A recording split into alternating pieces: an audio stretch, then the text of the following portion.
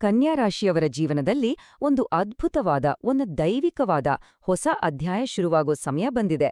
ವಿಶೇಷವಾಗಿ 2026ರ ಜನವರಿ ಮತ್ತು ಫೆಬ್ರವರಿ ಈ 2 ತಿಂಗಳುಗಳಿದೆಯಲ್ಲ, ಇದು ನಿಮ್ಮನ್ನು ಸಂಪೂರ್ಣವಾಗಿ ಬದಲಾಯಿಸೋ ಒಂದು ಕಾಲಘಟ್ಟ. ಇದು ಕೇವಲ ಭವಿಷ್ಯವಾಣಿಯಲ್ಲ, ಇದು ಮಹಾದೇವನ ಕೃಪೆಯಿಂದ ನಿಮ್ಮ ಆತ್ಮಕ್ಕೊಂದು ಹೊಸ ಹುಟ್ಟು ಸಿಗುವ ಒಂದು ದೈವಿಕ ಪಯಣದ ಕಥೆ. ನೋಡಿ, ಈ ಮಾತುಗಳು ನಿಮ್ಮ ಕಿವಿಗೆ ಬೀಳ್ತಾ ಇರೋದು ಆಕಸ್ಮಿಕ ಅಂತ ಅನ್ಕೋಬೇಡಿ. ನಿಮ್ಮ ಆತ್ಮವೇ ಈ ಸಂದೇಶವನ್ನ ಹುಡುಕ್ಕೊಂಡು ಬಂದಿದೆ. ಇದು ಕೇವಲ ಒಂದು ವಿಶ್ಲೇಷಣೆ ಅಲ್ಲ, ಇದು ವಿಧಿ, ಡೆಸ್ಟಿನಿ, ನಿಮ್ಮ ಜೀವನದ ಜೊತೆ ನೇರವಾಗಿ ಮಾತಾಡ್ತಿರೋ ಹಾಗೆ. ಒಂದು ವೇಳೆ ಈ ಮಾತುಗಳು ನಿಮ್ಮ ಹೃದಯಕ್ಕೆ ಹತ್ರ ಆಗ್ತಿದೆ ಅನ್ಸಿದ್ರೆ ಅರ್ಥ ಮಾಡ್ಕೊಳ್ಳಿ, ಇಡೀ ಬ್ರಹ್ಮಾಂಡವೇ ನಿಮ್ಮೊಂದಿಗೆ ಸಂವಾದ ನಡೆಸ್ತಿದೆ ಅಂತ. ಹಾಗಾದ್ರೆ ಈ ಪರಿವರ್ತನೆಯ ಆಳವಾದ ಅರ್ಥ ಏನು ಅಂತ ನೋಡೋಣ ಬನ್ನಿ. ಜಾನವರಿ ಮತ್ತು ಫೆಬ್ರವರಿ ಅಂದ್ರೆ ಕೇವಲ ಕ್ಯಾಲೆಂಡರ್ನ ದಿನಗಳಲ್ಲ, ಅವು ನಿಮ್ಮ ಆತ್ಮದ ಒಂದು ಪರೀಕ್ಷೆಯ ಸಮಯ.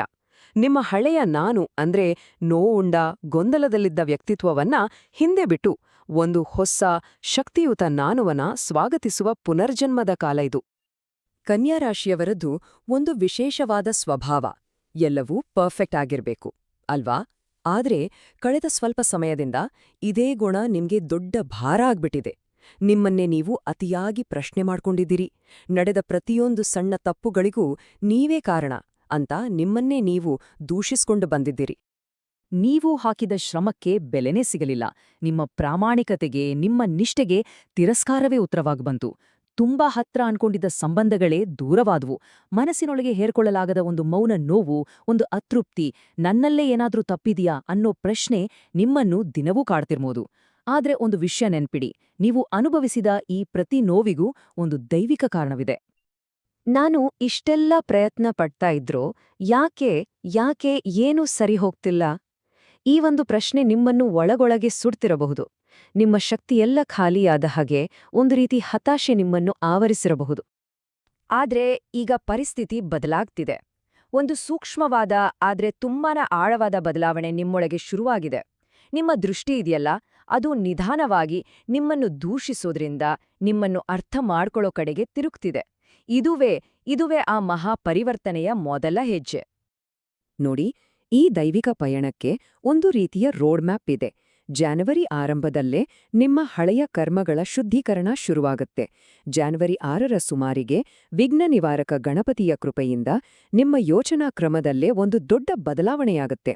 ಫೆಬ್ರವರಿ ಶುರುವಾದಾಗ ಮನಸ್ಸಿನಲ್ಲಿದ್ದ ಗೊಂದಲಗಳೆಲ್ಲ ಮಂಜಿನಂತೆ ಕರಗಲು ಶುರುವಾಗುತ್ತೆ ಮತ್ತು ಶಿವರಾತ್ರಿಯ ದಿನ ನಿಮ್ಮ ಆತ್ಮ ಒಂದು ಹೊಸ ಬೆಳಕಿನಲ್ಲಿ ಮಿಂದೇಳುತ್ತೆ.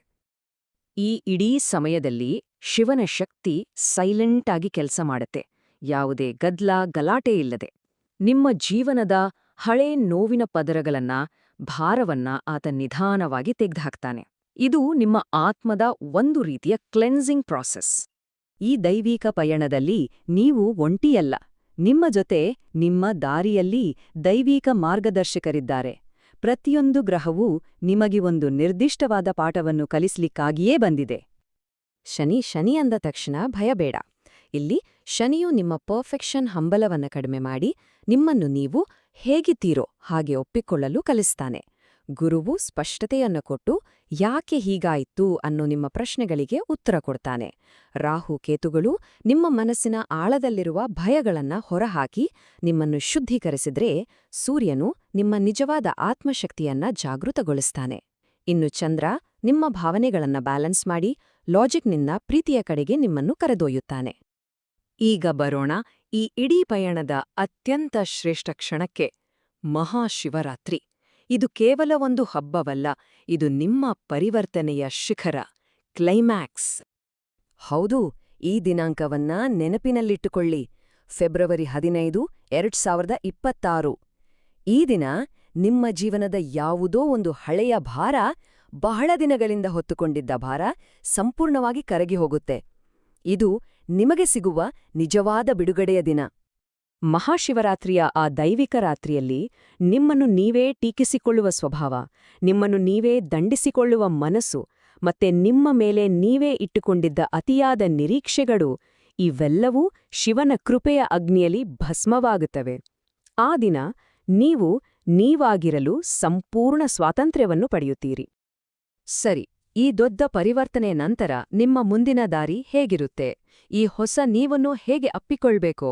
ಬನ್ನಿ, ನಿಮ್ಮ ಭವಿಷ್ಯದ ಒಂದು ಸುಂದರ ಚಿತ್ರಣವನ್ನ ನೋಡೋಣ. ನಿಮ್ಮ ಜೀವನದ ಮುಖ್ಯ ಕ್ಷೇತ್ರಗಳಲ್ಲಿ ಸ್ಪಷ್ಟವಾದ ಬದಲಾವಣೆಗಳನ್ನ ನೀವು ಗಮನಿಸ್ತೀರಿ. ಆರ್ಥಿಕವಾಗಿ ಇದುವರೆಗಿನ ಒತ್ತಡದ ಸಮಯ ನಿಮಗೆ ಬುದ್ಧಿವಂತಿಕೆಯನ್ನ ಕಲಿಸ್ಕೊಟ್ಟಿದೆ. ಇನ್ಮುಂದೆ ನಿಧಾನವಾದರೂ ಒಂದು ಸ್ಥಿರವಾದ ಬೆಳವಣಿಗೆ ಕಾಣಿಸುತ್ತೆ. ಇನ್ನು ಸಂಬಂಧಗಳ ವಿಚಾರದಲ್ಲಿ ನಿಮ್ಮ ಶಕ್ತಿಯನ್ನೇ ಹೀರ್ಕೊಳ್ತಿದ್ದ ಸಂಬಂಧಗಳಿಂದ ನೀವು ದೂರ ಸರಿದು ಯಾರು ನಿಮ್ಮ ನಿಜವಾದ ಬೆಂಬಲಿಗರು ಅನ್ನೋ ಸ್ಪಷ್ಟತೆ ಸಿಗುತ್ತೆ. ಕೆಲವು ಸಂಬಂಧಗಳು ನಿಮ್ಮ ಜೀವನದಿಂದ ದೂರವಾಗಬಹುದು. ಇದನ್ನ ನಷ್ಟ ಅಂತ ದಯವಿಟ್ಟು ಭಾವಿಸ್ಬೇಡಿ. ಇದು ನಿಮ್ಮ ಆತ್ಮದ ರಕ್ಷಣೆ. ಶಿವನೇ ನಿಮ್ಮ ಜೀವನದಿಂದ ಅನಗತ್ಯವಾದ ಭಾರವನ್ನ, ನೆಗೆಟಿವಿಟಿಯನ್ನ ತೆಗೆದುಹಾಕುತ್ತಿದ್ದಾನೆ ಅಂತ ಅರ್ಥ ಮಾಡ್ಕೊಳ್ಳಿ. ಈ ದೈವಿಕ ಪಯಣದಲ್ಲಿ ನಿಮಗೆ ಶಕ್ತಿ ಸಿಗಲು ಕೆಲವು ಸರಳವಾದ ಆಧ್ಯಾತ್ಮಿಕ ಅಭ್ಯಾಸಗಳನ್ನ ಪಾಲಿಸಬಹುದು. ಬೆಳಗ್ಗೆ ಎದ್ದ ತಕ್ಷಣ ಒಂದು ದೀಪ ಹಚ್ಚಿ ಶಿವನ ನಾಮಸ್ಮರಣೆ ಮಾಡಿ. ಸಾಧ್ಯವಾದರೆ ಸೋಮವಾರ ಶಿವಲಿಂಗಕ್ಕೆ ನೀರು ಅಥವಾ ಹಾಲಿನ ಅಭಿಷೇಕ ಮಾಡಿ. ಮಂತ್ರ ಹೇಳುವಾಗ ಬರೀ ಶಬ್ದಗಳಲ್ಲ, ಅದರ ಹಿಂದಿನ ಭಾವನೆಗೆ ಮಹತ್ವ ಕೊಡಿ ಮತ್ತು ಶುದ್ಧ ಮನಸ್ಸಿನಿಂದ ನಿಮಗೆ ಸಾಧ್ಯವಾದಷ್ಟು ದಾನ ಮಾಡಿ. ಹಾಗಾದ್ರೆ ಈ ಸಮಯದಲ್ಲಿ ನಿಮ್ಮ ನಿಜವಾದ ಶಕ್ತಿ ಯಾವುದು ಗೊತ್ತಾ? ಮೊದಲನೇದಾಗಿ ನಿಮ್ಮ ಶಿಸ್ತು, ಎರಡನೇದಾಗಿ ಸತ್ಯ ಮತ್ತು ಎಲ್ಲಕ್ಕಿಂತ ಮುಖ್ಯವಾಗಿ ನಿಮ್ಮನ್ನು ನೀವು ಒಪ್ಪುಕೊಳ್ಳುವುದು, ಸೆಲ್ಫ್ ಎಕ್ಸೆಪ್ಟೆನ್ಸ್. ಇವೇ ನಿಮ್ಮನ್ನು ಮುಂದೆ ನಡೆಸಿಕೊಂಡು ಹೋಗುವ ದಾರಿದೀಪಗಳು. ಒಂದು ವಿಷಯವನ್ನ ಯಾವಾಗ್ಲೂ ನೆನಪಿನಲ್ಲಿಡಿ, ನೀವು ಒಂಟಿಯಲ್ಲ. ನಿಮ್ಮ ಪ್ರತಿಯೊಂದು ಮೌನ ಹೋರಾಟಕ್ಕೂ ಒಬ್ಬ ಸಾಕ್ಷಿ ಇದ್ದಾನೆ. ನೀವು ಅನುಭವಿಸಿದ ಪ್ರತಿಯೊಂದು ನೋವಿಗೂ ಒಂದು ಅರ್ಥವಿತ್ತು, ಒಂದು ಕಾರಣವಿತ್ತು. ಅದು ನಿಮ್ಮನ್ನು ಈ ಪರಿವರ್ತನೆಯ ಅದ್ಭುತ ಹಂತಕ್ಕೆ ತಂದು ನಿಲ್ಲಿಸುವುದಕ್ಕಾಗಿ. ಮುಂದೊಂದಿನ ನೀವು ಹಿಂತಿರುಗಿ ನೋಡಿದಾಗ ನಿಮಗೆ ಅರ್ಥವಾಗುತ್ತೆ, ಅಬ್ಬಾ, ಆ ಕಷ್ಟದ ದಿನಗಳೇ ನನ್ನ ಜೀವನದ ಅತಿದೊಡ್ಡ ಆಶೀರ್ವಾದವಾಗಿತ್ತು ಅಂತ. ಆ ಮಹಾದೇವನ ಕೃಪೆ ನಿಮ್ಮ ಮೇಲೆ ಸದಾ ಇರಲಿ.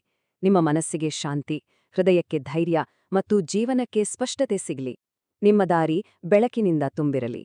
ಹರ ಹರ ಮಹಾದೇವ. ಕನ್ಯಾ ರಾಶಿಯವರ ಜೀವನದಲ್ಲಿ ಒಂದು ಅದ್ಭುತವಾದ, ಒಂದು ದೈವಿಕವಾದ ಹೊಸ ಅಧ್ಯಾಯ ಶುರುವಾಗೋ ಸಮಯ ಬಂದಿದೆ. ವಿಶೇಷವಾಗಿ 2026ರ ಜನವರಿ ಮತ್ತು ಫೆಬ್ರವರಿ, ಈ 2 ತಿಂಗಳುಗಳಿದೆಯಲ್ಲ, ಇದು ನಿಮ್ಮನ್ನು ಸಂಪೂರ್ಣವಾಗಿ ಬದಲಾಯಿಸೋ ಒಂದು ಕಾಲಘಟ್ಟ. ಇದು ಕೇವಲ ಭವಿಷ್ಯವಾಣಿಯಲ್ಲ, ಇದು ಮಹಾದೇವನ ಕೃಪೆಯಿಂದ ನಿಮ್ಮ ಆತ್ಮಕ್ಕೊಂದು ಹೊಸ ಹುಟ್ಟು ಸಿಗುವ ಒಂದು ದೈವಿಕ ಪಯಣದ ಕಥೆ. ನೋಡಿ, ಈ ಮಾತುಗಳು ನಿಮ್ಮ ಕಿವಿಗೆ ಬೀಳ್ತಾ ಇರೋದು ಆಕಸ್ಮಿಕ ಅಂತ ಅನ್ಕೋಬೇಡಿ. ನಿಮ್ಮ ಆತ್ಮವೇ ಈ ಸಂದೇಶವನ್ನ ಹುಡುಕ್ಕೊಂಡು ಬಂದಿದೆ. ಇದು ಕೇವಲ ಒಂದು ವಿಶ್ಲೇಷಣೆ ಅಲ್ಲ, ಇದು ವಿಧಿ, ಡೆಸ್ಟಿನಿ, ನಿಮ್ಮ ಜೀವನದ ಜೊತೆ ನೇರವಾಗಿ ಮಾತಾಡ್ತಿರೋ ಹಾಗೆ.